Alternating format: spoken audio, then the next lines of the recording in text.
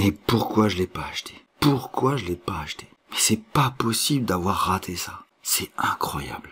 Et oui, bien mieux que Nvidia. Une des plus grandes progressions des actions dans l'intelligence artificielle, c'est la valeur qui a le plus monté en Europe en 2023. Elle a fait 562% de progression au moment où je vous parle, et je l'ai pas acheté. On verra aujourd'hui qui elle est, si elle est toujours aussi intéressante, et pourquoi je l'ai pas acheté. Voilà, ce sera le titre du jour de cet hebdo. On aura aussi toutes les rubriques habituelles que sont la macroéconomie, les crypto-monnaies, le suivi des indices, ainsi que les valeurs que vous m'avez proposées, et on terminera avec l'indice des pépites, et on verra qu'il y a encore des belles choses à faire sur ces valeurs. Voilà, c'est le programme du 29e épisode de l'hebdo de Ricardo, et c'est juste après le générique. C'est parti.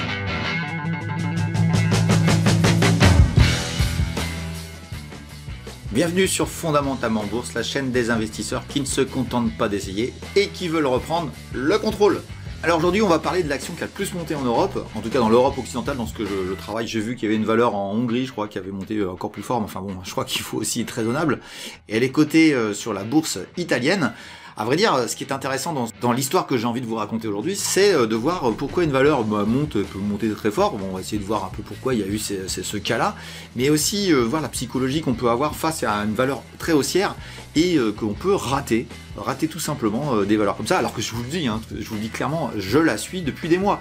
Et je n'ai jamais réussi à la prendre. Donc l'idée de cette vidéo, ça va plutôt être la psychologie des marchés, et puis de vous expliquer que la bourse c'est vraiment le temple des regrets. Vous avez toujours des regrets sur quelque chose, et à vrai dire c'est très simplement une action que l'on a ratée parce qu'il y a eu pas mal de choses diverses et variées qui se sont passées, et je vais essayer de vous conter l'histoire que j'ai eue avec cette valeur, de telle manière à ce que vous en reteniez quelques idées sur la psychologie qu'il faut avoir, et de ne pas s'attarder non plus sur parfois le dossier qu'il fallait absolument avoir dans son portefeuille en 2023, et c'est finalement pas si grave que ça. Allez, c'est parti pour l'étude du dossier Redelphi, une valeur italienne que personne ne connaît, sauf certains. Alors mon histoire avec Redelphi, elle commence à vrai dire il y a 2-3 ans, en 2021, avec une société que je repère et qui s'appelle Renergetica. Et je vais vous faire voir le graphique tout de suite et vous allez comprendre un peu l'histoire que j'ai avec Renergetica et pourquoi Redelphi est juste derrière. Donc Renergetica, c'est une société qui est introduite en 2018 autour de 1,30 €, voilà, et qui finit avec une OPA autour de 10 € en 2023. Maintenant la cotation est terminée, je dirais il n'y a plus rien à obtenir de ça. Et je m'intéresse à cette valeur Renergetica ici, autour de, je dirais, au cours de l'année 2021, et où je vante les mérites de ce dossier-là. Et évidemment, nous prenons, avec les gens qui me suivaient, les gens qui ont suivi les pépites, on a pris cette jambe de hausse là qui a été assez intéressante, puisqu'on est passé en gros de 4 € à peu près 7-8, donc on a fait à peu près x2, et Renergetica continuait à évoluer, et puis je l'avais sorti parce qu'il y a des choses qui me plaisaient pas, et il s'était passé ça. On va dire, la société me semblait plus aussi intéressante. Et finalement elle était encore un petit peu, puisqu'une OPA a été mise en place, et à vrai dire celui qui avait acheté au tout début de l'introduction en bourse avait fait un x8, un x6, x7 sur le titre, ce qui est quand même non négligeable en 5 années. Et il se trouve que Redelphi était en accompagnement de cette valeur, et j'avais lu, effectivement, maintenant que ça me revient, j'avais lu que Redelphi était une société qui s'intéressait à ça. Et c'est une société qui, à vrai dire, accompagne, on va dire pour être simple, accompagne des sociétés dans la green tech, dans l'accompagnement, je dirais, financier, etc., des sociétés. Ils investissent dedans, et puis donc ils prennent des grosses participations, puis ils s'impliquent dans le fonctionnement de ces sociétés-là. Alors à vrai dire, Redelphi, elle, c'est plutôt en juin, je crois que c'est en juin. Je regarde le graphique, c'est en juin de l'année 2022 que la société décide de s'introduire en bourse. Et à vrai dire, rappelez-vous, en juin 2022, on est complètement en effondrement du marché boursier, c'est le bear market de 2022 qui est assez puissant.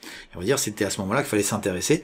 Je ne l'avais pas dans mes screeners, je ne la voyais pas, et j'avais pas d'intérêt pour cette valeur-là, et finalement c'était pas si choquant que ça de voir que je m'intéressais pas à la valeur. Ce qui a commencé à être assez intéressant, et on va regarder le graphique ensemble, c'est au courant de l'année 2023 où il y a eu une forte accélération, une latéralisation pendant plusieurs mois, et ensuite ce bull run complètement fou qui fait la performance de Redelphi cette année. On va regarder, là on est en mensuel, on va regarder un petit peu plus en hebdomadaire ce qu'il s'est passé. À vrai dire, on a eu un cas d'école sur la fameuse cassure de la Green Line Breakout, qui est l'idée de dire que le prix d'introduction est cassé et il y a une forte accélération et on voit ici le volume. On est en hebdomadaire et à vrai dire ce qui est super intéressant, c'est qu'on passe d'1,25 € à peu près. Alors on voyait bien qu'on préparait, ça se préparait déjà ici. On voit une accélération très forte et une stabilisation légèrement haussière quand même, hein, entre je dirais 1,90 et 2,50. Ce qui est assez puissant à ce moment-là, c'est que nous sommes en plein bear market, nous sommes en pleine chute des marchés. Et ça, c'est quand même révélateur qu'il se passe quelque chose de très violent sur le dossier. Et c'est à ce moment-là que mes screeners la découvrent. Alors, je la découvre pas avec des screeners, pour tout vous dire. Moi, j'ai pas de screener graphique, même si j'en ai quelques-uns, mais c'est mes screeners fondamentaux qui me mettent en alerte sur le dossier et de l'intérêt qu'il faut avoir pour cette société-là. C'est à partir de ce moment-là que je la découvre vraiment, je dirais, au cours de l'été. Et c'est dans l'été, effectivement, qu'on voit cette congestion qui fait que, sincèrement, ça, je dois pas le rater. Et je l'ai raté. Alors pourquoi je l'ai raté? Tout simplement parce qu'on est au mois de septembre. C'est un mois qui est très difficile actuellement à ce moment-là en bourse, en 2023, et j'ai du mal à prendre position sur des valeurs, et je n'y crois pas, et il fallait y croire. Alors tout simplement, vous allez me dire, oui, mais t'avais juste à mettre un stop, etc. Vous savez très bien ce que je pense sur les stops, pour ceux qui voient mes vidéos, et notamment celles que j'ai faites il y a peu de temps, notamment sur le carnet d'ordre. Alors si on va regarder en journalier, vous allez voir que c'est une valeur qui est quand même assez petite et qui demande une gestion particulière de la position si on avait acheté. Alors on se retrouve sur le même graphe mais en journalier, et à vrai dire la cassure se situe ici, je la vois, j'y vais pas. Et je me dis que là, je dirais que l'écart qu'il y a ici, il est assez conséquent, parce que regardez, on est autour de 2,50 € et l'invalidation est à 2,29 €, ça fait quand même une quantité d'argent importante, et ça fait que je ne rentre pas. Alors vous allez me dire, oui, mais donc t'aurais pas pu faire 560%. Évidemment, j'aurais pas pu faire 560%, puisque j'ai envie de vous dire que les analystes graphiques auraient pu la repérer à peu près ici, autour de 1,50 €. Donc évidemment, eux auraient fait x4, et moi j'aurais peut-être fait un x2, x2,5. J'ai envie de vous dire, c'est pas le problème. Le problème, c'est que je suis pas dedans. Et regardez bien ce qui se passe aujourd'hui. C'est toujours accélérateur, et je suis incapable d'acheter ici, mais dans un marché beaucoup plus bienveillant, ici, je suis pas acheteur non plus. Et ici, pourquoi je suis pas acheteur? Parce que j'étais plein. J'avais fait les courses, comme on dit, et j'étais vraiment focus sur d'autres valeurs.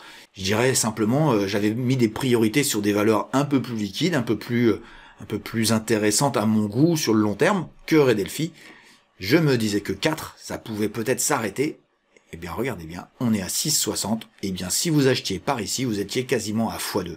Ça veut dire que j'ai raté 2 opportunités entre septembre et je dirais le mois de novembre, de prendre ce dossier qui est aujourd'hui le dossier le plus haussier d'Europe. Alors j'ai regardé, il y a 2-3 petites valeurs, mais c'est vraiment des valeurs extrêmement petites qui ont un carnet d'ordre totalement vide, qui sont même pas cotées au continu. Donc franchement, il faut pas aller sur ces valeurs-là. Ça, c'est une valeur qui était à peu près jouable avec une quantité d'argent modérée et qui aurait pu vous permettre d'avoir des gains importants. Alors j'ai vérifié un peu, personne ne parle de cette valeur-là de l'année 2023, alors que ça va être la société qui aura la plus grande progression boursière de l'année 2023. Alors vous allez me dire, oui, mais comment t'as fait pour la repérer? Tout simplement, moi j'ai des screeners fondamentaux qui me permettent de trouver des valeurs avec différents critères. Moi je suis très exigeant sur qu'est-ce que fait l'entreprise, je vais vous dire ce que fait Redelphi, et puis après j'ai tout un tas de critères économiques, financiers, etc. qui font que j'ai tout un processus qui me permet d'avoir une sélection de valeurs en Europe,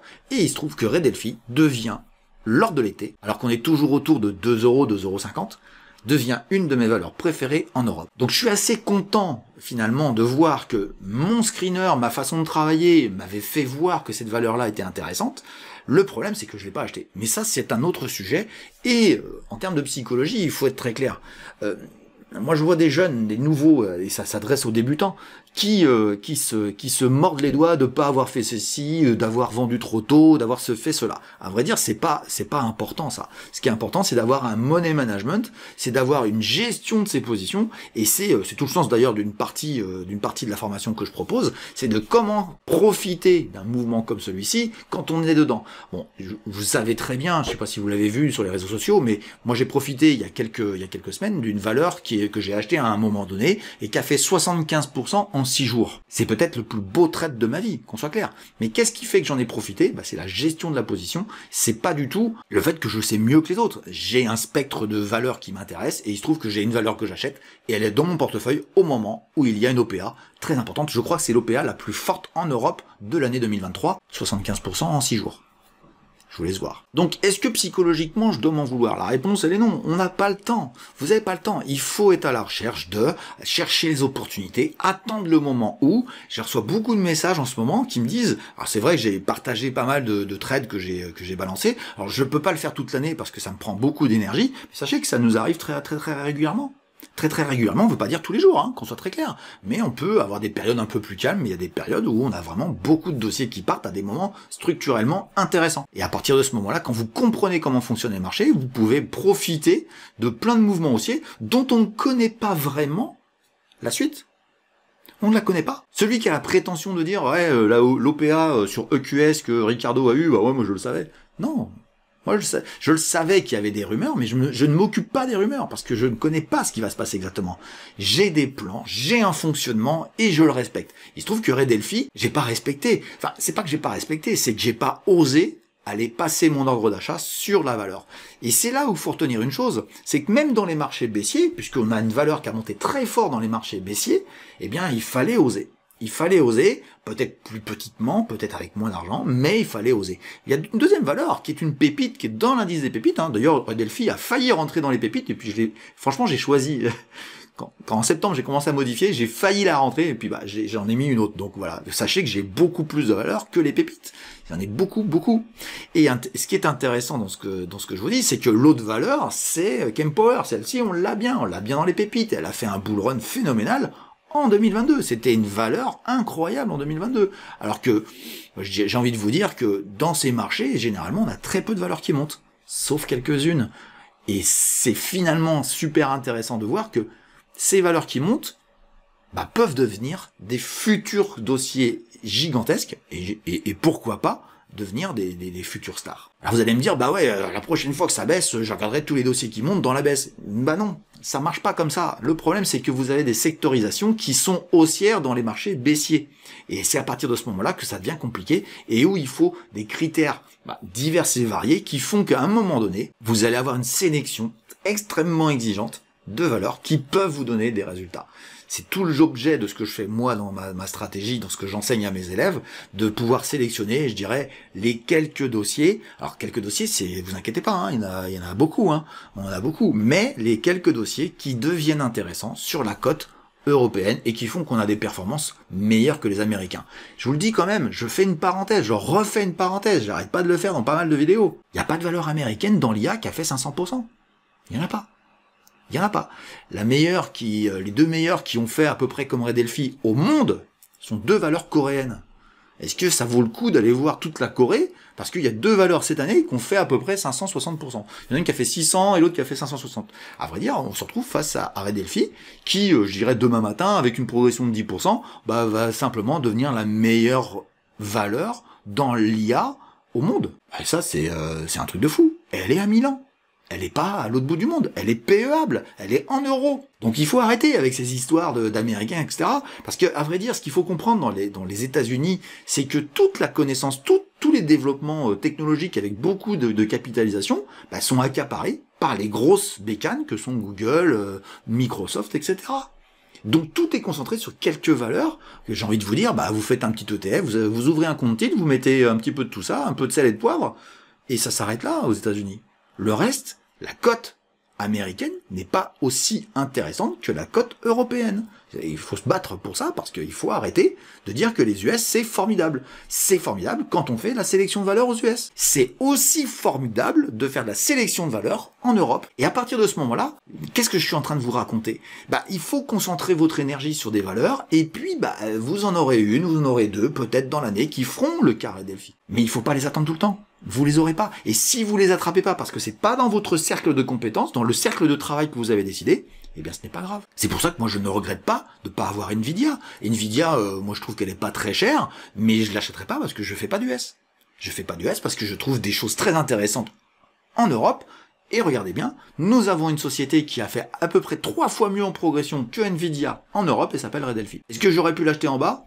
Ouais, peut-être. Il y en a qui l'ont fait, puisqu'il y a eu des cotations, donc ça veut dire qu'il y a eu des échanges. Mais c'est pas sûr. En tout cas, ce qui est sûr, c'est que Red Delphi était dans mon spectre, et je l'ai pas acheté pour des raisons psychologiques, des raisons de marché qui ont fait que j'étais pas très confiant. Mais ça, c'est pas très grave, parce que j'ai réussi ailleurs de faire des choses. Donc ce qu'il faut vous reteniez de ça, c'est que on peut pas avoir tous les dossiers qui montent. On peut pas être Nostradamus, c'est pas possible. Par contre, avoir une stratégie où quand on rentre sur une position, on a plus de chances qu'elle monte qu'elle baisse, et d'avoir statistiquement beaucoup plus de chances de faire une plus-value sur un dossier, ça, c'est une bonne stratégie. Et c'est pas le fait de toujours pleurer sur quelle société je n'ai pas été. Alors qu'est-ce que fait Red Delphi et pourquoi cette valeur m'intéresse et pourquoi elle est toujours intéressante? Alors la première chose, c'est qu'elle n'est pas encore très chère. Bon, ça, vous savez que la cherté est plutôt relative.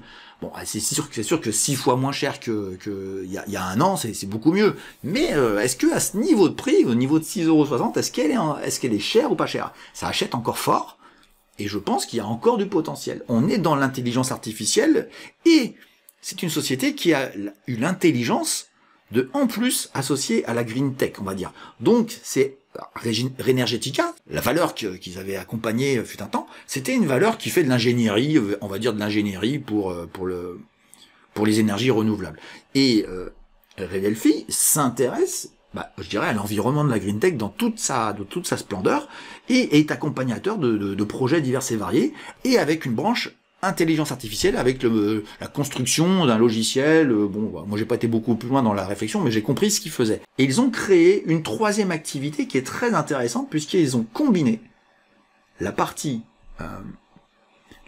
intelligence artificielle avec la partie green tech. Et combiné les deux, vous avez une explosion potentielle sur le cours de bourse. Alors ça, je dirais que je l'avais pas perçu dès le début. J'avais perçu le côté green tech, j'avais pas perçu le côté IA, et finalement c'est mon erreur. J'aurais dû prendre encore beaucoup plus au sérieux Red Delphi, et dans le classement que je fais avec mes élèves de toutes les valeurs que j'apprécie, je l'avais pas mis au top. Je l'ai mis au top un peu plus tard. Bon, mais ça m'a pas empêché de rater quand même la progression du dossier.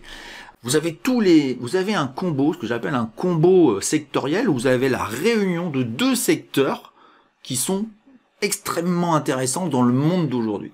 C'est ça qui fait que Red Delphi est exceptionnel. Évidemment, les chiffres étaient là.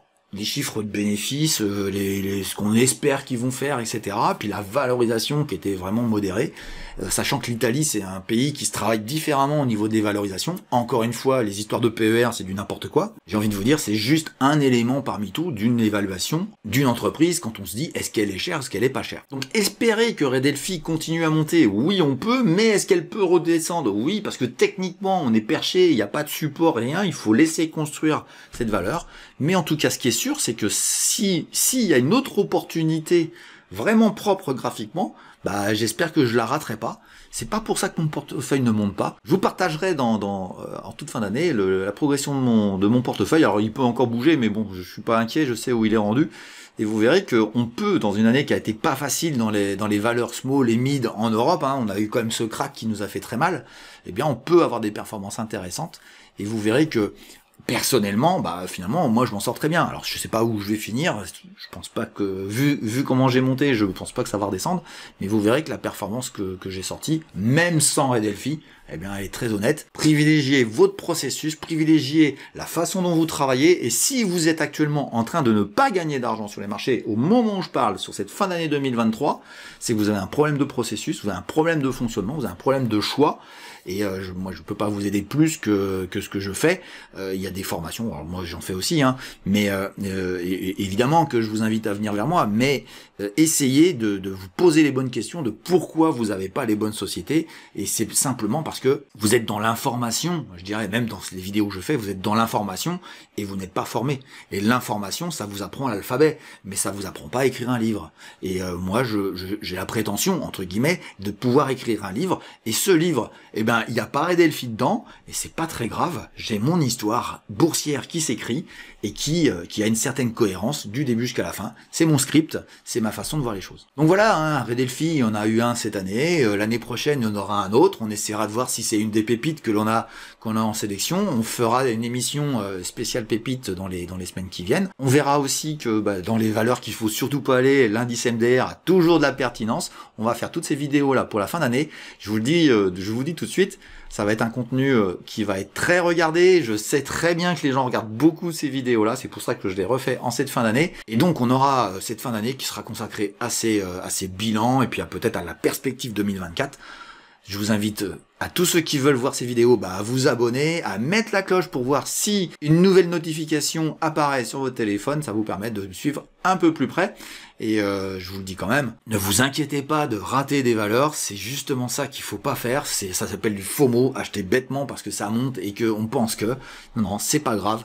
Restez bien cadré dans ce que vous avez à faire pour ceux qui arrivent à bien trader. Ceux qui n'y arrivent pas, écoutez, posez-vous les bonnes questions. En cette fin d'année 2023, 2024, 2025, etc. seront de nouvelles années boursières où des dossiers monteront toujours. Il faut juste savoir les repérer et savoir comment les trader. Voilà, je vous remercie pour votre attention. Puis on va passer à la suite de la vidéo. N'hésitez pas à mettre un pouce, un like, enfin bref, apprécier et commenter la vidéo de telle manière à ce qu'elle remonte dans les classements et qu'elle soit regardée par un maximum de monde. C'est le plus grand remerciement que vous pourriez faire à cette chaîne. Voilà, on va enchaîner avec le programme habituel de tous les hebdos, donc la macroéconomie, un petit tour sur les crypto-monnaies, et puis on ira voir aussi ce qui se passe du côté des indices. On attaquera ensuite l'analyse de vos valeurs, on a pas mal aujourd'hui, et puis on terminera avec l'indice des pépites, celui qui actuellement remonte très très fort et vous fait faire des plans très intéressants. Allez, c'est parti pour la deuxième partie de la vidéo. C'est parti.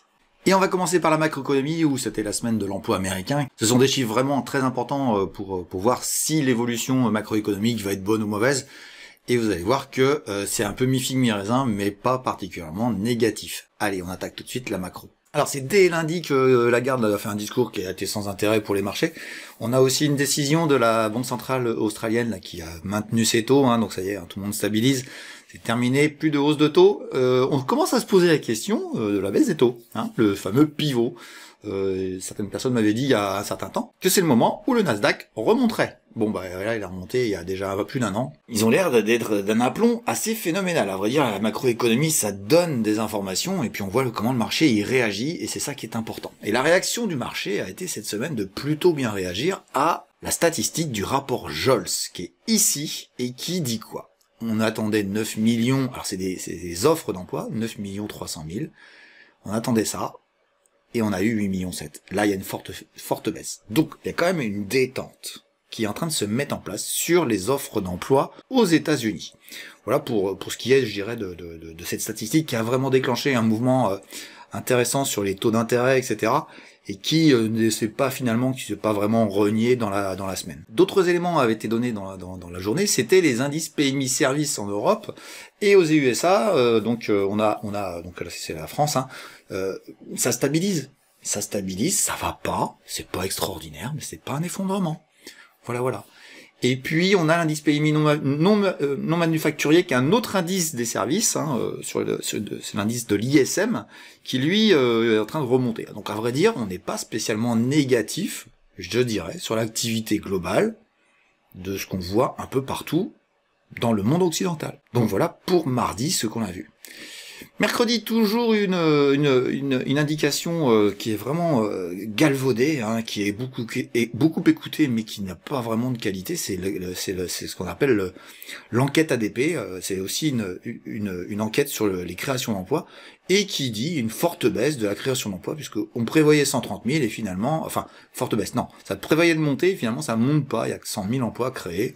Je dirais que les marchés n'écoutent pas trop l'ADP parce que c'est souvent à revers quoi. Mais on verra que c'est à peu près ce qu'on a ressenti en fin de semaine. Pour continuer dans notre semaine qui était assez calme finalement au niveau macroéconomique, on a des inscriptions du chômage qui ont été, alors elles sont hebdomadaires, donc c'est toutes les semaines, et qui sont toujours approximativement stables. Donc j'ai envie de vous dire, il n'y a pas d'accélération du chômage, il y a un peu moins de création d'emplois et il y a un peu moins d'offres, donc j'ai envie de vous dire, c'est assez cohérent, mais il n'y a pas de dégradation au niveau du chômage. Et puis on va voir que les chiffres de vendredi vont confirmer tout ça, avec la fameuse statistique NFP, qui est ici, et qui disait, voilà, on a 150 000 créations d'emplois dans le secteur non agricole, on prévoit 180, donc beaucoup plus fort, et on obtient un 199 en résultat, avec un taux de chômage qui passe de 3,9 à 3,7. En gros, on est en plein emploi, et on y reste. Et ça, c'est vraiment ce qui est suivi par les marchés. Et du coup, qu'est-ce qui s'est passé? On a eu une accélération des marchés. Alors, il y a eu un rebond des taux d'intérêt, c'est assez logique, puisque du coup, ça recrée de la tension sur l'inflation, potentiellement, puisque création d'emplois égale des salaires un peu plus tendus.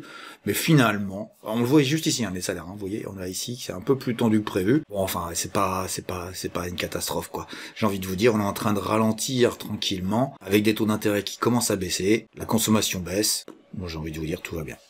Je me permets de faire une petite parenthèse quand même, rapide, mais qui est quand même là, sur l'inflation allemande.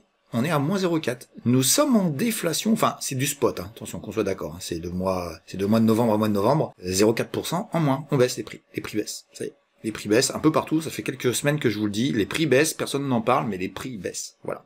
Et puis on a notre Japon, notre fabuleux Japon, qui nous a sorti un PIB en décroissance, et donc on est donc en récession sur le Japon, avec un moins 0,7 prévu, moins 0,5. Bon voilà, ça se détend, ça se calme un peu partout, sauf les États-Unis qui mènent toujours la danse. Moi je vous le dis, les Américains, on les sous-estime, on les a méprisés, on a été nous expliquer que c'était les Chinois les plus forts, les plus beaux. Bah regardez bien les chiffres.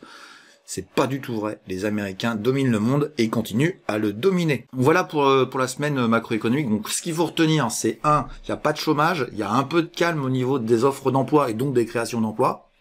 Bon, c'est cohérent. Il y a aussi des statistiques sur le fait que voilà, il y a un peu moins de gens qui partent d'un travail pour un autre avec une augmentation de salaire. Donc du coup, les gens ont plus d'intérêt à changer. Il y avait de l'inflation salariale. Alors elle existe toujours, mais elle est un peu plus modérée.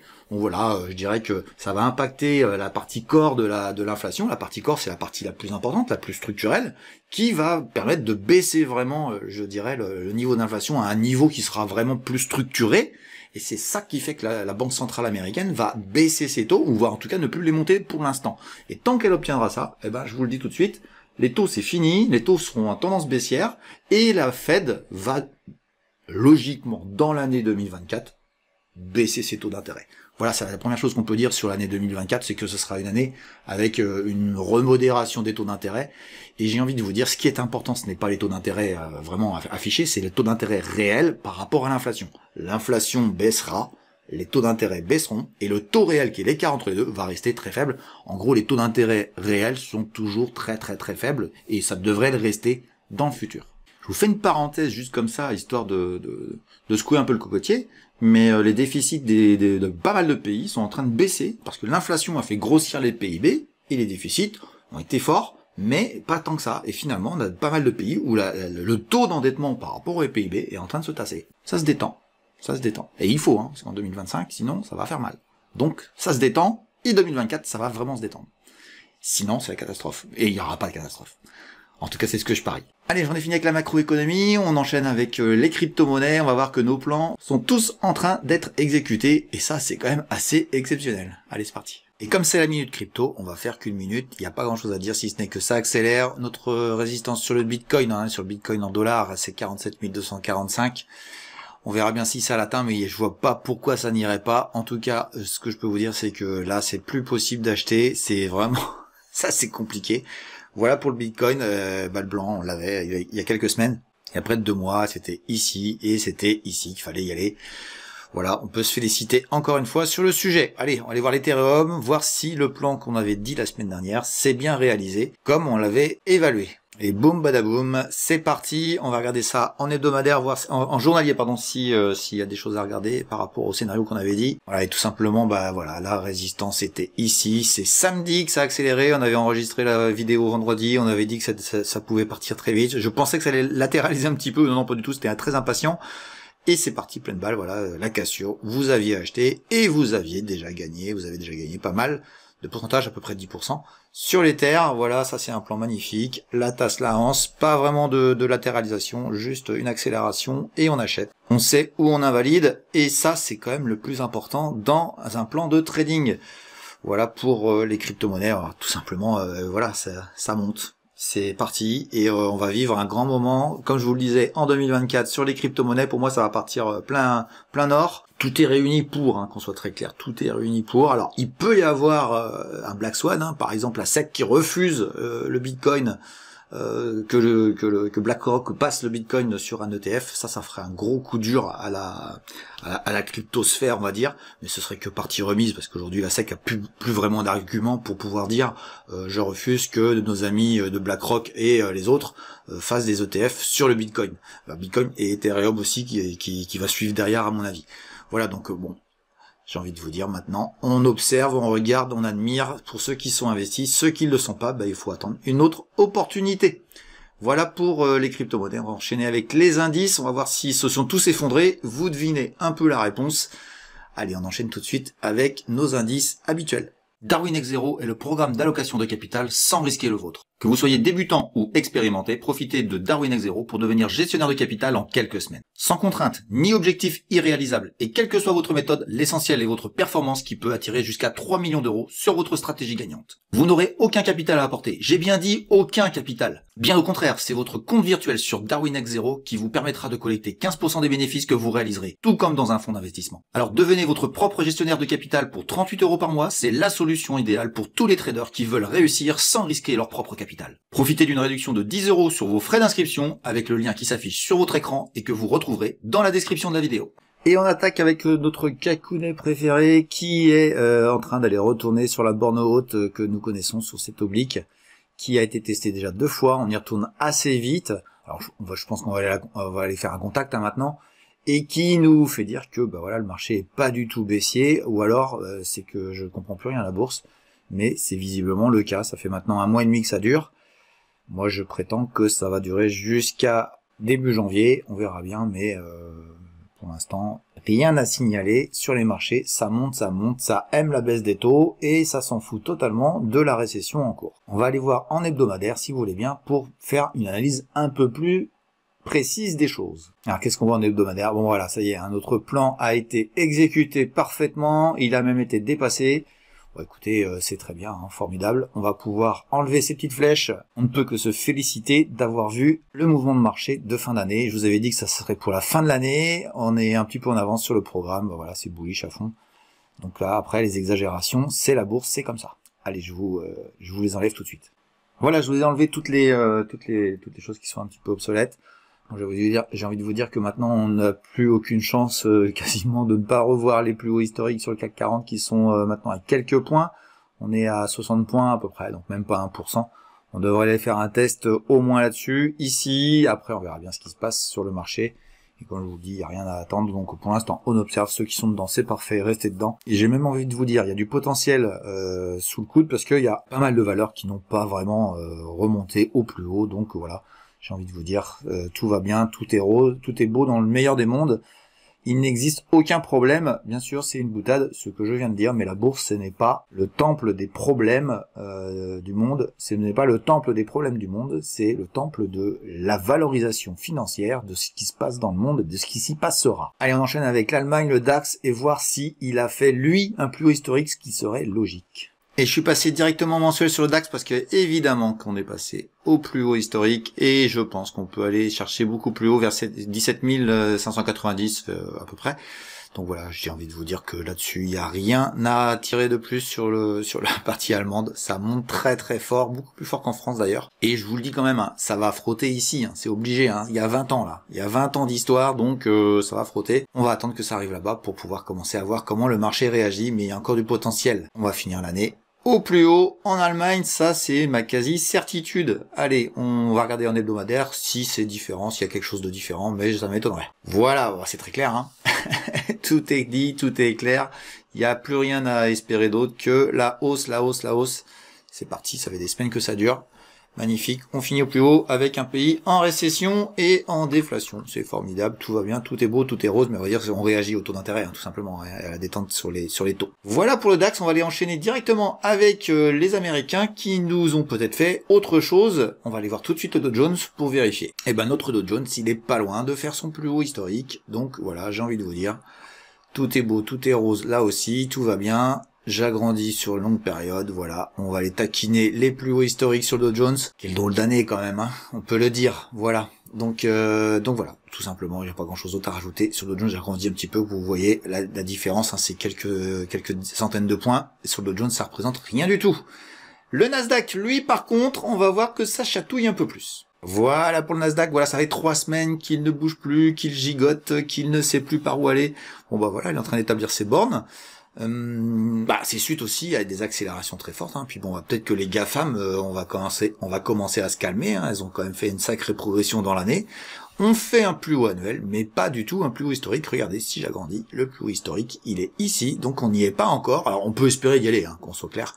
Mais pour l'instant, ça chatouille, ça gratouille, et ça veut pas passer, et l'oblique que je vous ai positionné ici, eh bien ça fait un moment qu'elle est pertinente. Voilà pour le Nasdaq. Voilà, j'en ai terminé avec la partie des indices. On va enchaîner avec vos valeurs, les valeurs que vous m'avez données. Vous m'en avez donné beaucoup cette semaine, et franchement, c'est merci à tous. Ce sera la dernière de l'année concernant les valeurs, l'analyse des valeurs. L'hebdo, on va le mettre en berne pendant un mois, on reprendra en début janvier. On fera pas mal de vidéos sur d'autres sujets, on fera une mise à jour des pépites, de l'indice MDR, aussi le CAC 40 intégral, ça avait beaucoup plu. Et puis on se retrouvera l'année prochaine pour revoir toutes les valeurs que vous me proposez. Vous les mettez en commentaire tout de suite, surtout dans cette vidéo-là, que je puisse les récolter dès le début de l'année prochaine. Voilà, on va enchaîner avec le disclaimer ainsi que la biblio de Ricardo. Regardez-la bien, il y a des gens qui la regardent pas, qui m'envoient des dossiers qui ont déjà été étudiés il y a très peu de temps. Donc faites attention à ça. Voilà, je vous souhaite une bonne suite de vidéos et on se retrouve tout de suite après le disclaimer. C'est parti.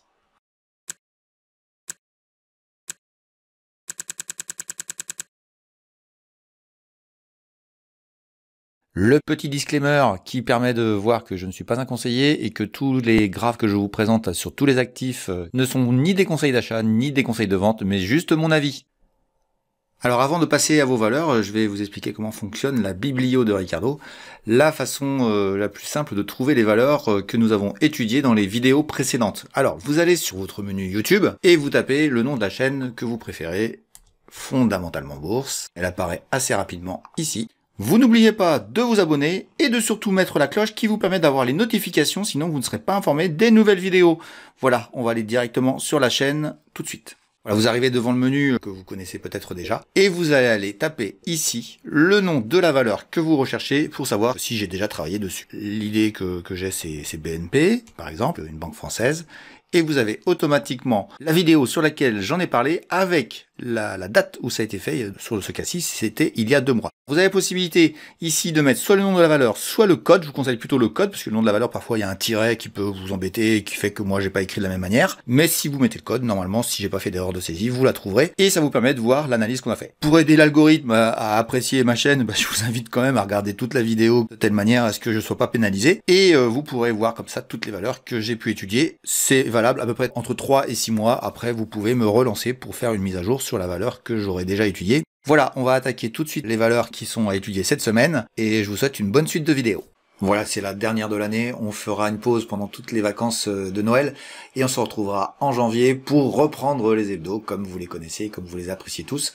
Alors je vous remercie tous de mettre des likes, de mettre des commentaires, etc. Et puis si vous avez des idées pendant tout le reste du mois de décembre, n'hésitez pas à les mettre dans cette vidéo-là, je les traiterai en janvier. Allez, on attaque tout de suite avec Paul qui m'a demandé Morel et Prom, on avait déjà travaillé dessus, ce sera une mise à jour. Allez, c'est parti.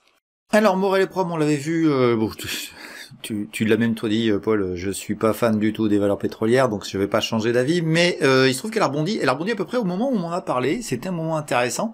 Bon, moi j'étais négatif, hein, mais effectivement, il y avait des choses intéressantes. Regardez, on est au niveau mensuel ici, j'agrandis, voilà. Donc un rebond qui s'est formalisé à peu près ici, et qui a vraiment fait une sacrée accélération, hein, puisque depuis, on a fait à peu près x2. Mais je pense qu'on n'est pas loin de choses gênantes, et je vais te faire voir pourquoi. Parce que, alors, je te le dis quand même, hein, j'ai laissé le graphe comme il est, et on va le mettre à jour ensemble. Et pour moi, il y a ça. Voilà, je t'en ai mis une nouvelle là. C'est une zone, hein. C'est une zone. On va doubler la résistance, mais je pense que par ici, ça va frotter. Alors, si t'es dedans, tant mieux, hein, faut continuer. Si t'es pas dedans, franchement, faut y réfléchir à 2 fois. On va aller voir en hebdomadaire ce qu'il se passe. Et voilà ce qu'on a en hebdomadaire. Moi, c'est haussier, hein, clairement, depuis un petit moment. C'était ici, hein, que j'étais plutôt négatif. Ça baissait. Et finalement, ça a cassé une oblique ici. Ça l'a retravaillé, tu vois. Ça a bien travaillé ici, comme ça. Et puis, c'est parti. Et là, fallait tenir la position. et ça a bien accéléré. Je dirais que là maintenant, tu es en phase de retournement. Faut voir ce que ça va donner. Ce qui serait bien, c'est que ça revienne par ici, vers les 4,85, et puis tu vois ce que tu fais. Moi, personnellement, le pétrole, tu sais très bien ce que j'en pense. J'agrandis un petit peu pour que tu sois au clair avec la zone là. Tu sais ce que j'en pense, hein. Moi je finance pas ça, et puis je vois pas de développement futur. Alors on peut me dire c'est pas cher, on peut me dire ce qu'on veut, ça dépend de la géopolitique. Tiens, pour info, il y a eu une histoire, je crois que c'est au Gabon ou dans un pays où est Morel est pro, mais bam, il y a plein de stops qui sont fait dégager. Alors tous ceux qui ont acheté ici, à mon avis, ils avaient mis des stops, les petits nouveaux là. On va pas revenir sur les vidéos que j'ai faites sur les stops. Et puis ils se sont fait sortir, et puis finalement c'était un mauvais signal, voilà. Dossier difficile à comprendre, qui subit la géopolitique ou qui en profite. Là j'ai envie de dire que ça en profite, c'est assez bizarre ça, enfin bon bref. Sans intérêt. En ce qui me concerne, mais si t'es dedans, tant mieux. Et continue à gagner de l'argent si tu en gagnes comme ça. Moi j'y ai mis de l'éthique, et j'ai remarqué que l'éthique ça m'évitait de perdre de l'argent, parfois de manière assez importante. Allez, on enchaîne avec un autre Paul qui m'a demandé Forvia, et je me suis dit tiens, ça c'est une Scandinave, et pas du tout elle est française, mais c'est parce qu'il y a une boîte qui a changé de nom, c'est l'ex Forestia. Allez, c'est parti pour Forvia. Va falloir que je m'habitue, hein, Forvia. C'est pas très joli, Forestia c'était très bien. Dividende, je viens de cliquer, ça fait rien, inintéressant dividende, on est sur du mensuel. Alors il y a une petite oblique ici qui s'est mis en place, ce qui serait sympa c'est que ça vienne rechercher ici. Mais tu vois bien que le dossier, déjà sur très longue période, voilà quoi, point. Et tout est dit. Ça n'est pas intéressant, il est plutôt en bas, mais en bas de quoi on sait pas. Ça peut aller beaucoup plus bas, hein, j'en sais rien. Mais Forestia c'est pas créateur de valeur. Enfin pardon, Forestia, excusez-moi, Forvia. On va aller voir dans les hebdomadaires, tu vois, enfin c'est clair quoi, quand on se met en mensuel, c'est fait exprès sur longue période. Est-ce que ça peut monter comme, je sais pas, comme Apple par exemple? Non, ça peut pas. Tu vois, t'as des résistances ici à 75, une oblique ici qui a l'air assez sympa, enfin sympa ou gênante, j'en sais rien, selon où on se positionne. Mais voilà, je suis pas investisseur, je suis pas investisseur là-dessus.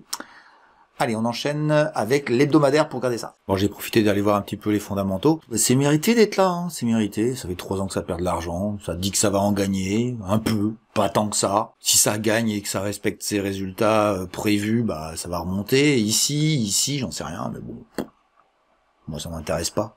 C'est pas des structures de société qui m'intéressent. Allez, on regarde un petit peu ce qu'il y a à faire en hebdomadaire. J'agrandis pour que ce soit plus clair. Donc, tu vois, hein, j'ai été chercher des niveaux de prix ici, hein, que j'étais cherché loin, hein, j'étais cherché en 2012, tu vois. Ici, il y a un niveau de prix à 22, j'en ai un autre à 25, je t'agrandis pour que tu comprennes un peu mieux. Hop, voilà. Donc ici, ça peut retravailler, t'en as un autre qui peut bloquer par ici. Donc, tu vois, hein, ça accélère, c'est bien, tu peux aller chercher ça. Donc, c'est du trading, ça. Du trading, du suivi de tendance court terme. Et puis t'as des résistances, des supports qui commencent à s'écrire. Tu vois, il y en a un ici, puis il y en a un qui est par ici, donc ça peut retomber. Puis voilà, si tu y crois à fond et que t'as des nouvelles qui te paraissent intéressantes, vas-y. Hein. Moi personnellement, c'est pas un dossier qui m'intéresse, et je dis bien que c'est personnel. Je vous rappelle que je ne donne aucun conseil, ce n'est juste que mon avis, parfois un peu caustique, mais il paraît que vous appréciez.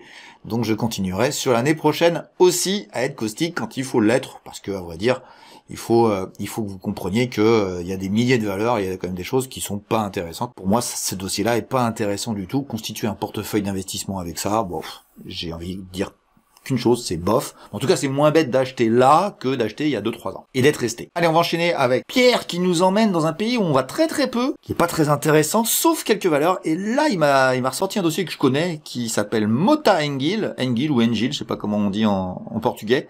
Mais on va aller à Lisbonne. Allez, c'est parti. Alors voilà le graphique en mensuel, hein, toujours regarder sur une longue période. Donc voilà, c'est un dossier qui est pas non plus, c'est pas un dossier d'investisseur, c'est un dossier de value, on va dire pour être simple. Même si je trouve que le dossier a d'autres qualités que le côté value. En tout cas, Mota Engil, c'était vraiment le dossier à suivre. Alors moi, je fais pas le Portugal, mais je me suis fait la réflexion. Je dis mais pourquoi je l'ai pas vu ce dossier-là? À vrai dire, c'est parce que je ne regarde pas le Portugal, tout simplement. Mais ce dossier-là, il aurait dû sortir dans mes screeners. Il aurait dû sortir dans ma stratégie que j'enseigne, et il n'est pas sorti parce que simplement je le fais pas. Et mes élèves vous diraient effectivement, Richard ne fait pas le Portugal, ne travaille pas le Portugal. Eh bien voilà, ce dossier-là, il fallait le surveiller.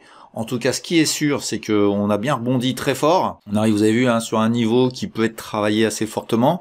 Et il était intelligent d'être acheteur par ici. Bon voilà, pour ceux qui avaient vu ça, qui s'en rappelaient, qui aimaient bien le Portugal, écoutez, tant mieux pour vous, parce que là, vous êtes quand même passé de 1 euro à 4.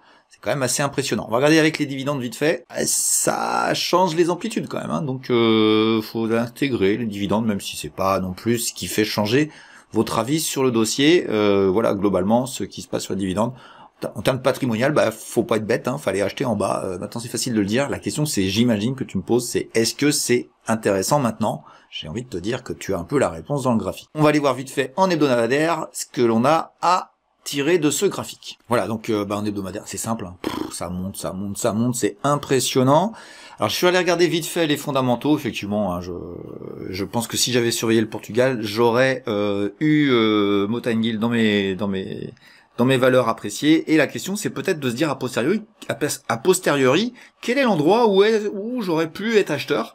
J'aurais pu être acheteur ici, à la cassure de l'oblique, là, hop, regardez bien, il y a une oblique ici, on la casse, j'aurais, enfin franchement la redescente là, elle a été assez violente, ça aurait été difficile de tenir, mais ça avait monté très fort. Je pense que le niveau que ça a travaillé ici, c'est le niveau d'ici, on va dire, c'est revenu toucher ce niveau-là, puis après c'est reparti. Mais pour moi, j'ai envie de dire, celui qui rate et qui graphiquement met des screeners en place, c'est ici qu'il aurait dû acheter, mais il aurait pu avoir peur, parce que tout simplement, bah oui, ça avait déjà fait x2. Et bah ça refait x2 après. Donc j'ai envie de vous dire, il y avait 2 points d'entrée intéressants sur le sujet, c'est ça qu'on peut retenir sur ce graphique. Moi j'ai envie de vous dire, pour l'instant, cet oblique est tenu, et tant qu'on est au-dessus, bah, on a digéré un dossier haussier.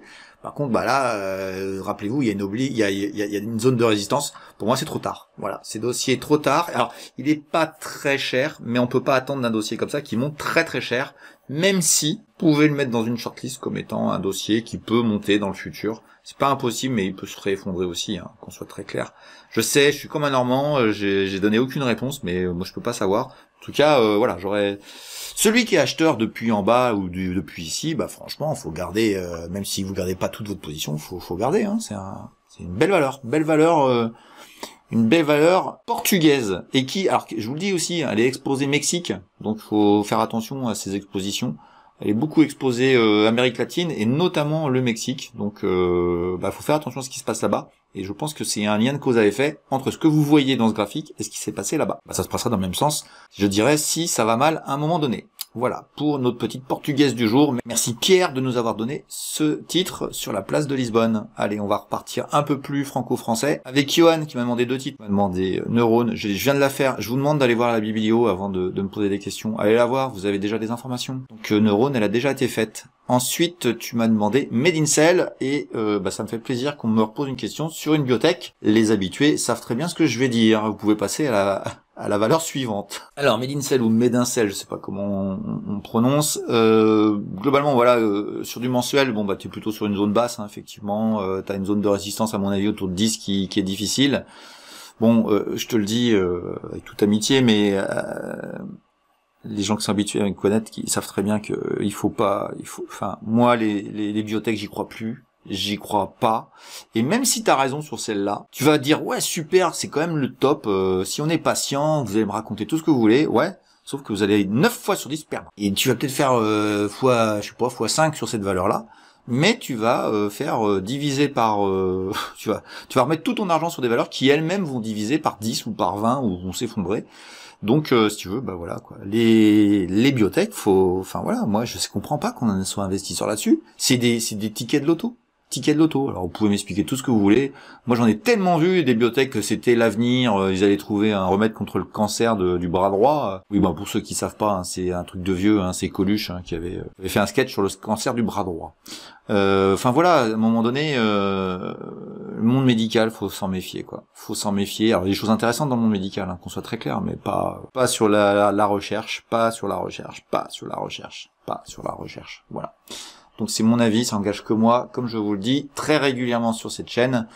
Et on va regarder en hebdomadaire si tu veux le sujet, juste pour te faire plaisir, mais sincèrement, ces dossiers-là sont des dossiers très très dangereux. Voilà, en hebdomadaire, j'ai fait exprès de te mettre des trucs rouges partout. Rouge, c'est que ça va buter partout, puis un jour ça pètera si t'as raison. Bon, c'est encore une fois, je te le dis, c'est de la loterie. En tout cas, ici, t'as eu un rebond assez intelligent à peu près là, qui a été racheté. Il y a des gens qui y croient, visiblement, il n'y a pas que toi. Enfin, je sais pas si tu y crois, hein, tu m'as peut-être posé la question uniquement pour que je fasse une analyse graphique. Et tu as une opposition possible autour de cette 40 qui vient d'assez loin, puisqu'elle vient de l'introduction en bourse et je trouve que le niveau a été retravaillé plusieurs fois. Et donc ce sera un moment intéressant, pivot intéressant pour ce titre, s'il veut aller plus haut sur autour des 10, 10 et demi, 11, qui devient une zone vraiment difficile avec des obliques, des niveaux de prix travaillés, etc. C'est compliqué. Putain, une oblique long terme là qui est ici. Bon voilà, j'ai envie de te dire ce qui serait bien, c'est que ça remonte ici, que ça travaille. Alors j'agrandis pour que tu vois cette oblique là. Ce serait bien que ça aille travailler ici, puis que ça travaille longtemps. Hop, tu vois, ça travaille, et tac, et là tu peux y aller, mais bon, voilà, moi le problème c'est que ça reste un secteur que je fuis, je me ferai plus avoir, ça fait des années que j'ai abandonné ça, et tous les petits porteurs se font bonne année, parce que personne leur dit, mettez la poubelle, vous les suivez pas, c'est une bibliothèque, suivez pas. Voilà pour ton information. Merci Johan, on va passer à Didier qui m'a demandé une valeur.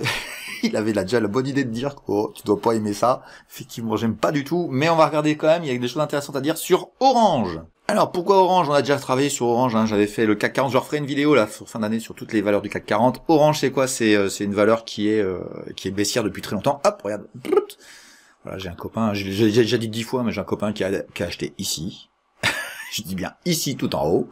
Donc voilà, c'est terrible, mais il n'y a pas les dividendes. Si on rajoute les dividendes, on clique, paf, voilà, c'est un peu moins mal, c'est un peu légèrement haussier. Patrimonialement parlant, j'ai envie de dire que tous ceux qu'on ont acheté depuis 2002, ont tous gagné un peu de sous. Bon, t'enlèves l'inflation, hein, je vous laisse voir le tableau. Mais il faut acheter les bas de marché, mais ils sont pas toujours évidents à trouver. Il y en a un en 2013, il y en a un plus ou moins en 2020 pendant le crack du Covid, et toi, du Covid, tu fais, j'agrandis, tu fais autour de 7, alors c'est valeur patrimoniale, là, qu'on soit d'accord, hein, et ça va valoir même pas 2 fois plus en quelques années. Bon, bref, chacun fait ce qu'il veut, moi je suis pas fan du tout. Si tu comprends pas ce que je veux dire à travers valeur patrimoniale du graphe, tu vas voir ma vidéo sur les dividendes, et elle est très appréciée sur la chaîne, et c'est normal parce que je casse quelques tabous. Je suis pas un anti-dividende, je suis un anti-gens qui vous disent dividende, parce que c'est pas du tout ça qu'il faut regarder, mais tout est expliqué dans cette vidéo. Allez, on reprend sans les dividendes puisqu'on regarde le graphique sans dividendes, et ça c'est intéressant de voir qu'on a des points d'entrée qui étaient assez sympas, on a une résistance ici. Et je suis en mensuel, hein, qu'on soit clair. Ici, qui va retravailler, ça c'est certain. Donc j'ai envie de te dire, tu en fais ce que tu veux, ce que je te dis. Si ça casse, ça va aller s'opposer à 13. Et puis si le grand bonheur fait que tout d'un coup, Orange a découvert un nouveau truc, bah bon, ça va partir. Mais pour l'instant, moi, je vois rien du tout sur Orange. C'est une grosse mémère, sans intérêt boursier. À mon avis, c'est mon avis, ça n'engage que moi. Et je te le dis quand même que, sauf si tu as été judicieux d'acheter en bas, bah t'es toujours perdant. Donc à partir de ce moment-là, quand tu achètes ici, t'as un risque qui est important, très important. Donc on fait ce que tu veux. Maintenant, moi c'est mon avis sur le sujet. Voilà pour Orange. Je vais pas aller voir les fondamentaux, hein, on la connaît la mémère. Hein. Voilà, il faut qu'il y ait des news, il faut qu'il y ait une accélération, il faut vraiment qu'il y ait un changement de paradigme sur le dossier pour que ce soit intéressant. Allez, on va enchaîner avec Arnaud qui m'a parlé d'un dossier Nextedia, un dossier qui est apprécié par des gens que je connais très bien, ils se reconnaîtront. Et je comprends pas pourquoi ils apprécient, il y a rien sur ce dossier-là pour l'instant, mais on va regarder ça de plus près. Voilà, on est en mensuel sur Nextedia, voilà pourquoi je dis ça. Ça va se voir quand ça va bien, quand ça va être intéressant. Regardez, l'accélération avec des volumes de fou, tout le monde, j'adore. Et puis bah regardez où vous êtes rendu. J'agrandis, regardez le phénomène. Regardez ça. Ça c'est du trading ça. Et badaboum, y a rien. Enfin, faut arrêter avec ça. D'accord? Ça, c'est du mensuel, hein. Donc, ça fait des mois. Ça fait 3 ans que ça baisse. Alors, ça va rebondir. Oui. Mais où, quand, comment, voilà. Et il y a des gens qui sont bloqués là-dedans pendant des années. Attendez votre heure. Allez, on regarde de nouveau un peu plus en élargissant. Alors, franchement, par contre, hein, si ça voulait revenir travailler, si ça travaillait fortement ici, que ça cassait, là, ce serait intéressant. Et puis après, il y a le point d'entrée qui est en bas, mais ce serait un nouveau plus bas. Et qui dit un nouveau plus bas, ça veut dire qu'il y a personne qui s'intéresse. Donc, faites attention à ça. Allez, on va aller voir en hebdomadaire ce qu'il se passe sur Nextedia. Alors, donc voilà, c'est simple, hein. On a une oblique. Alors, c'est plutôt une zone, hein. Une oblique qui est vraiment puissante, qui refuse tout. Ça descend lentement. Bah, pourquoi? Parce que c'est pas une mauvaise boutique, hein, qu'on soit clair. C'est une entreprise qui a des qualités, mais il faut des projets, il faut donner quelque chose à becter au marché. Sinon, le marché, ça l'intéresse pas. Et les investisseurs, ils en veulent pas. Et d'ailleurs, regardez bien. Ce qui est intéressant, c'est alors, je vais changer la couleur parce qu'elle vient de changer de couleur. Si vous aviez un dossier qui avait annoncé des trucs ici, là, et puis qui était en train de digérer les choses, elle aurait jamais cassé cette oblique-là. Jamais. Il y a eu un bas de marché qui est dû un stress de marché, bah c'était la guerre, c'était l'Ukraine ça. Ça remonte, ça travaille, ça redescend, bah effectivement il y a eu la crise, il y a quand même eu la baisse du mois de septembre de 2022 qui a été très violente, et puis ensuite ça latéralise, mais ça doit travailler, ça travaille ici, et là ça doit péter, et badaboum. Et regardez bien, on passe en dessous, j'agrandis, hop, on passe en dessous, et là regardez, pullback, et badaboum, c'est fini, merci, au revoir, le dossier il est flingué, et il va aller creuser jusqu'à temps qu'il y ait quelque chose qui fasse changer le paradigme sur le dossier.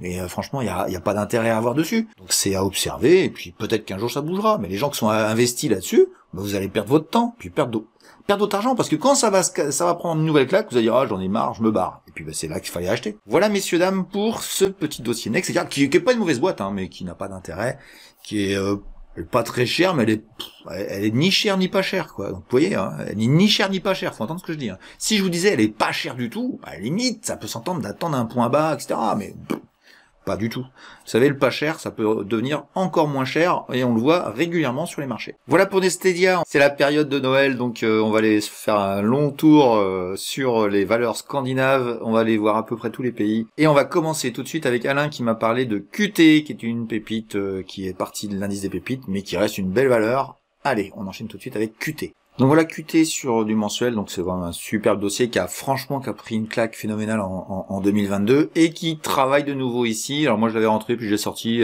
baissé, enfin bon, bref. Mais ça reste un très beau dossier, il n'y a pas de souci. Et j'ai vu une oblique. Donc là voilà, impact ici, impact là. Ici ça n'a pas été fait, mais ça a été fait parfaitement ici. Donc à vrai dire, voilà, j'agrandis et on a le rebond. Je pense que le dossier baissera plus. Voilà, c'est mon avis, c'est le premier avis que je ressens comme ça sur le titre. On va enchaîner sur l'hebdomadaire si vous voulez bien. Voilà, donc j'ai laissé comme c'était, j'ai juste rajouté la fameuse oblique quand je viens de vous faire voir, mais sinon j'ai laissé ce que j'avais fait comme scénario. Et on a bien eu ici, c'était en pointillé, ici le rebond, puis pom, ça a cassé rapidement. Ça m'a fait sortir, ça m'a fait douter sur le titre. Alors, faut dire, j'avais pas douté, c'est juste graphiquement, je m'étais un peu trompé. Et puis le rebond a été assez violent. Maintenant on retravaille, et vous avez ici un support qui est travaillé ici. Là j'agrandis, hop. Ici. Et ensuite, regardez bien, je casse, je rebondis, blum, je tombe. Et là, ça retape dessus. Donc ça, c'est un support super intéressant. C'est 57,18. On est en euros, on est en QT, c'est en Finlande, c'est au pays du Père Noël. Donc voilà. Et en plus, c'est les couleurs du Père Noël, hein, vert et rouge, impeccable. Mais on va se mettre en alerte. Faut travailler graphiquement le dossier, mais sincèrement, merci Alain de l'avoir cité. Hein, je l'avais mis dans les pépites. Il est toujours aussi intéressant fondamentalement. Et je pense que l'oblique ici que j'avais tracé en pointillé, elle commence à avoir une bonne tête, mais autrement. Voilà, je l'ai retracé, regarde bien, ici, opposition là, et ça serait assez propre de faire ça. Donc c'est peut-être pour ça que ça a frotté. En tout cas, et ici, ça avait travaillé assez sympathiquement, j'ai envie de te dire. Donc ça me paraît fiable, et il faudrait que ça réintègre. On va laisser ça en pointillé là, on verra ça plus tard. Donc il y a quand même pas mal d'opposition à ce que ça rebondisse, mais c'est un dossier à observer. Moi, j'ai envie de te dire, celui qui est investisseur sur QT, il est quand même moins bête que certains qui achètent les valeurs dont on a parlé tout à l'heure. Voilà, concernant QT, on va aller se promener maintenant en Suède, chez les petits voisins, et on va aller voir un dossier dont on n'a jamais parlé, qui s'appelle Fortnox. Et c'est Jérémy qui m'en a parlé, merci Jérémy. Alors effectivement, Fortnox, c'est un dossier que je suis. Voilà, je suis. Il est très cher, mais c'est justifié. Voilà, t'as vu, hein, c'est... Comme quoi, hein, les PER, les machins, les trucs, c'est du n'importe quoi. Je me suis déjà exprimé 10 fois sur le sujet. Surtout quand il y a un mec qui vous parle de PER et voilà, enfin, barrez-vous, c'est quelqu'un qui connaît rien. On a une accélération ici. Alors, je suis en mensuel, hein, donc évidemment, fallait acheter là, mais c'était pas coté au continu du tout. Hein, c'était coté au fixing, donc franchement, fallait oser.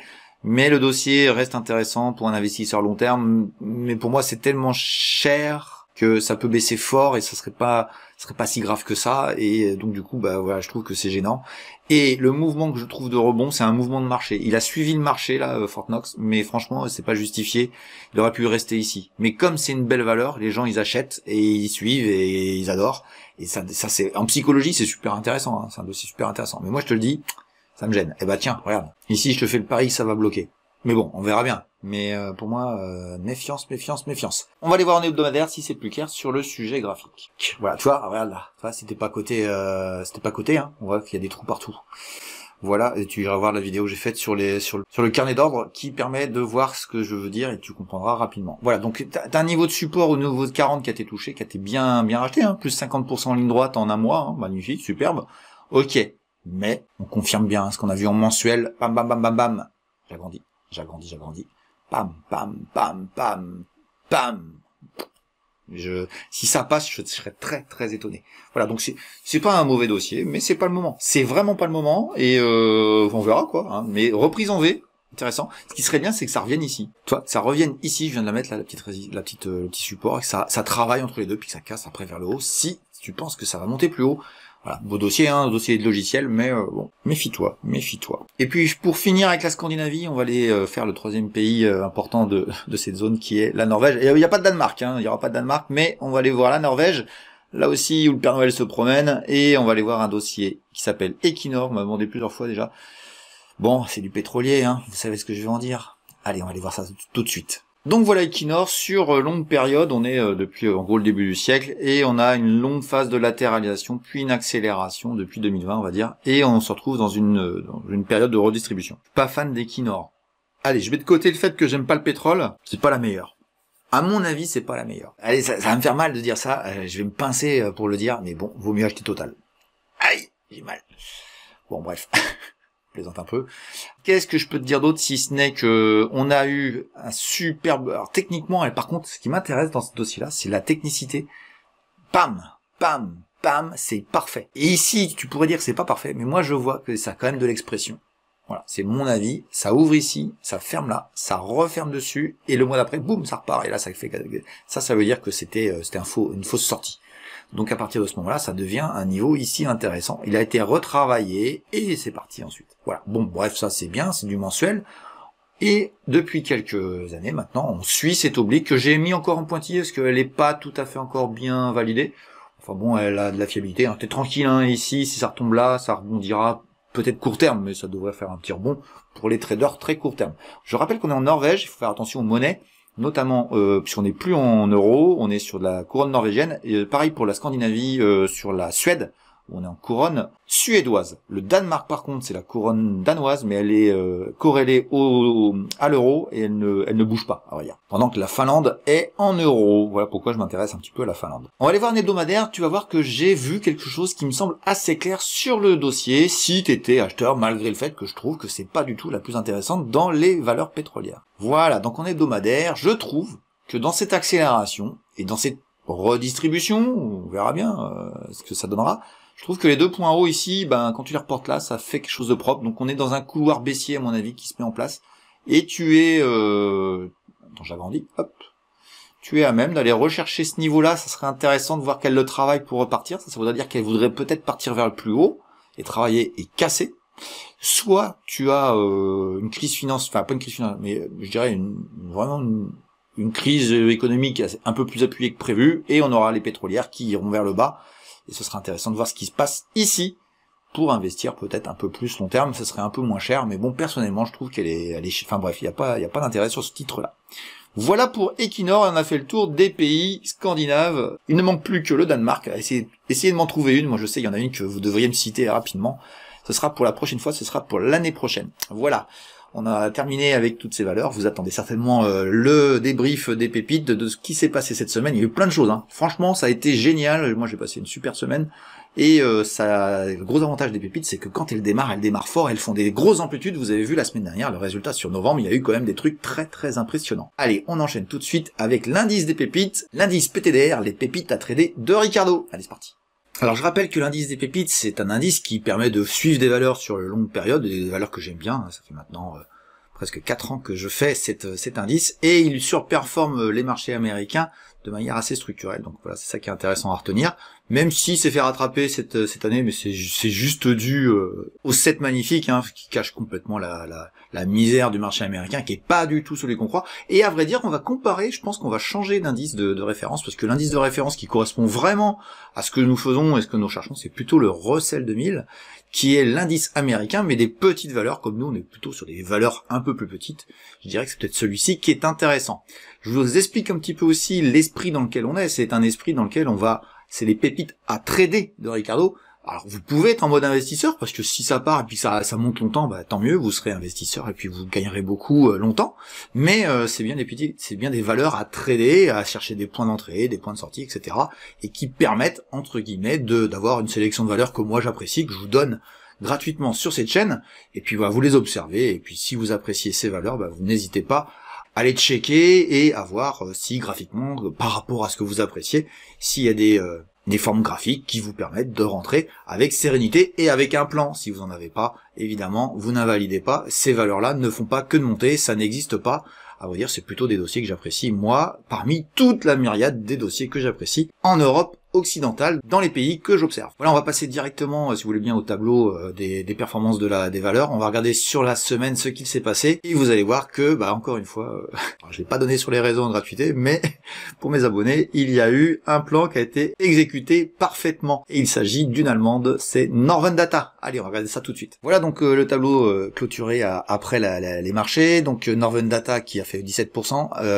Je vais vous faire voir tout de suite la copie de ce qu'on fait avec les abonnés sur les valeurs. Et là, effectivement, dès lundi matin à l'ouverture, on est rentré acheteur. Donc voilà, là, on a fait exactement cette performance sur le dossier. La bougie hebdomadaire est magnifique. Alors c'est une valeur qui est assez mouvante et c'est quand même l'un des gros dossiers que j'ai donné en gratuité cette année, puisque bah, si vous regardiez sur le début d'année, depuis le début d'année, puisque je l'ai donné dès le mois de janvier, dès le début janvier, eh bien c'est une société qui a fait une progression de l'ordre de 370%.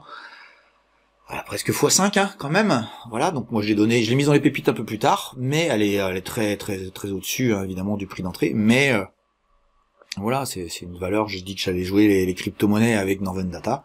Eh bien j'ai été servi cette année avec cette valeur. Voilà, la deuxième valeur qui a bien progressé cette semaine, mais à vrai dire, ça paye pas de mine, mais c'est le plan qu'on avait prévu. C'est Ecopac, elle a fait plus 7%, mais vous allez voir que graphiquement, elle a fait plutôt ce qui nous intéresse. Et je ne vous cache pas que là aussi, avec les abonnés, on a su s'alléger sur la position dans la journée de ce vendredi. Allez, on regarde le graphique tout de suite. Alors pour ceux qui me suivent sur Twitter, savent que j'avais pris quelques jours de vacances, c'est le jour où je suis rentré à l'achat. Et regardez bien, sur la valeur Ecopac, et je suis rentré ici, et puis j'ai tweeté que j'étais content d'avoir fait 5%, et c'est comme ça que j'ai dit qu'elle allait rentrer dans les pépites, parce que à vrai dire, je la surveille depuis longtemps et que je la trouve très bien comme valeur. Et voici la petite preuve qui va bien de mon achat, et donc voilà, ça a été partagé aussi avec les abonnés sur ce sujet largement, puisqu'on a eu ensuite un mouvement très intéressant sur le dossier. Regardez bien la suite des événements. Voilà, on retrouve notre graphe, hein, donc on a eu une accélération juste dans la foulée qui finalement n'a pas été à l'objectif que j'avais. Et pour tout vous dire, j'ai gardé ma position, j'ai conservé. Vous aviez la possibilité d'une deuxième entrée dans les derniers jours qu'il y a eu, c'était fin novembre, et c'est reparti pleine balle. Et vous savez quoi, il y en a qui ont été à la vente, je vous laisse deviner qui. Ici, au niveau de 20 euros, 20,20 €, et c'est voilà, c'est Ricardo. Entre autres, j'imagine qu'il y a d'autres qui ont suivi ce plan. On va regarder vite fait la performance que ça a donné. Voilà, donc c'est un plan à 13% en un mois. En un gros mois, franchement, 13%, regardez bien votre livret A, ce qu'il fait, et c'est quand même pas mal.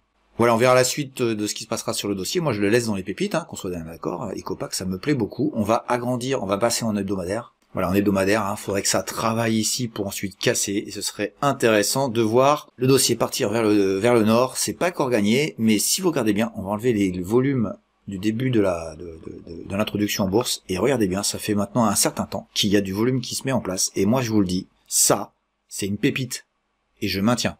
J'espère que vous la suivrez de près, et puis peut-être que vous aurez l'opportunité de l'attraper le moment venu. Il faut être patient, il faut parfois être très patient, mais moi je vous dis que ceux qui ont été acheteurs sur le bas ici, eh bien vous avez un bon prix d'achat, et puis on a une validation surtout qui est très très proche, juste en dessous, et franchement, c'était vraiment le plan le plus intéressant du mois à mon goût, et il s'est réalisé avec un peu de retard, mais ça c'est la bourse, hein. On décide pas de tout gagner en 3 jours. Voilà pour Ecopac. Alors on revient sur le classement avec la troisième qui sera la dernière qu'on étudiera. Avec la troisième valeur de la semaine qui est Alphen. Alors à vrai dire elle a fait 4%, mais à vrai dire mais c'est quand même le graphique que je voudrais vous faire voir parce qu'il est très intéressant, et c'est avec cette valeur là qu'on va faire un plan pour la semaine prochaine.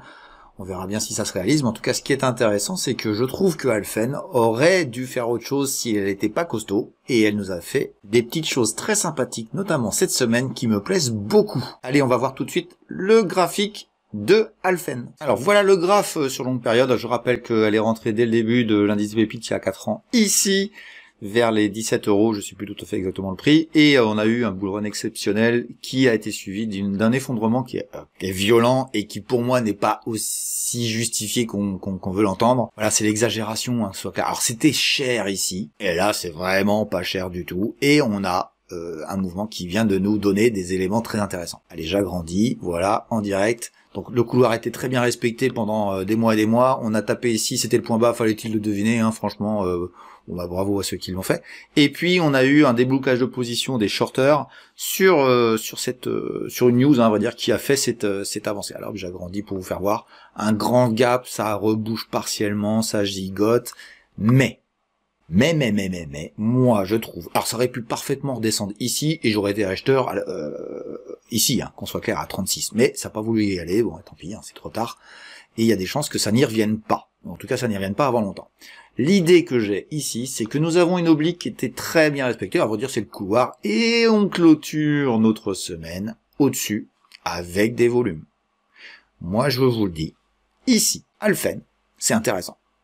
Alors c'est pas encore gagné, ça peut retourner, blablabli, blablabla, mais ce sera le plan de la semaine prochaine parce qu'on va la regarder en journalier et moi je trouve qu'il y a des choses intéressantes à faire. Donc on retrouve notre oblique ici qui a été cassé, il y a eu un faux signal de réintégration, puis c'est reparti et finalement on finit une semaine plutôt correcte. Vous voyez donc finalement cette semaine n'est pas extraordinaire, mais elle a beaucoup d'enseignements concernant Alphen. Moi je pense que si nous étions à même de passer au-dessus des 48 là et d'accélérer, on peut facilement aller chercher le 51. Alors vous allez me dire 48, 51, eh oui, ça fait quand même quelques pourcents. Hein. Je viens de vérifier, ça fait 7%, presque 7%. Bon voilà, ça c'est la première chose, mais je suis pas convaincu que ici ça bloque. En tout cas, ce qui est certain, c'est qu'il faut s'intéresser à la configuration d'Alphen, et je vais vous donner 2-3 autres petits plans qui sont en journalier, qui sont à plus court terme. La première des possibilités, ça peut être une correction qui vous amène ici, et qui vous donne un point d'entrée idéal pour une invalidation en dessous, et une réintégration qui partirait, j'agrandis, qui partirait en bas, et peut-être reboucher le gap qu'il y a ici. Ça c'est la première solution, mais j'ai envie de dire le marché est quand même très positif, et puis vous voyez, hein, la journée a été très volumique. Donc, mais bon, on peut espérer, on verra bien, et vous auriez un prix d'achat génial avec une invalidation génialement à côté, et vous perdez très peu. C'est ça qui est intéressant sur ce niveau de prix ici, et ça rebouclerait une dernière fois, je dirais, une sorte de petit pullback sur cette oblique pour partir vers le haut. Ça c'est la première chose. La deuxième chose, ce serait de latéraliser quelques jours pour pouvoir partir. Alors je vous le recentre un petit peu. Voilà, pour ici latéraliser un petit peu et partir. Mais il n'est pas impossible que ce soit ça le scénario. On avait des clôtures qui se sont faites ici, on a été renvoyés, on est revenu taper ici, et on revient ici. Mais là, aujourd'hui, en fin de séance, on a décidé de rester au-dessus. C'est pas grand-chose, mais c'est la psychologie du marché qui fait que on peut parfaitement dire qu'on ne recorrigera pas et partir directement vers le nord, vers ce niveau de prix. En gros, voilà, vous avez deux solutions, soit ça part vers ici, soit ça redescend ici, et dans les deux cas, vous avez des points intéressants de trading à prendre. À vous de voir, à vous de choisir, à vous d'essayer de profiter du marché. C'est un marché qui est quand même très positif en ce moment. Hein. Faut être très clair sur le sujet. Hein. Si vous ne faites pas des performances en ce moment, c'est que vous avez vraiment un problème de choix d'action ou de trading, etc. Mais vous devez avoir un portefeuille qui monte. Si c'est pas le cas, c'est que vous avez un souci. Voilà pour les pépites. On fera un point complet dans les semaines qui viennent. Hein. On va terminer l'année avec faire des points sur l'ensemble de l'année sur pas mal de choses, sur l'indice des pépites, sur l'indice MDR, etc. Et puis on profitera de cette partie de l'année pour respirer, moi en tout cas par rapport aux hebdos. On se retrouvera l'année prochaine pour la reprise des hebdos, mais pour l'instant on fera le bilan de l'année avec pas mal de choses diverses et variées sur la chaîne. Vous allez voir que je vais vous donner du contenu et je vous prépare des choses pour 2024. Je vous raconte pas. Allez, je vous souhaite un bon week-end et je vous laisse les vidéos ici à regarder pour profiter de tout ce que je vous ai expliqué sur pas mal de choses déjà dans cette année. Allez, ciao!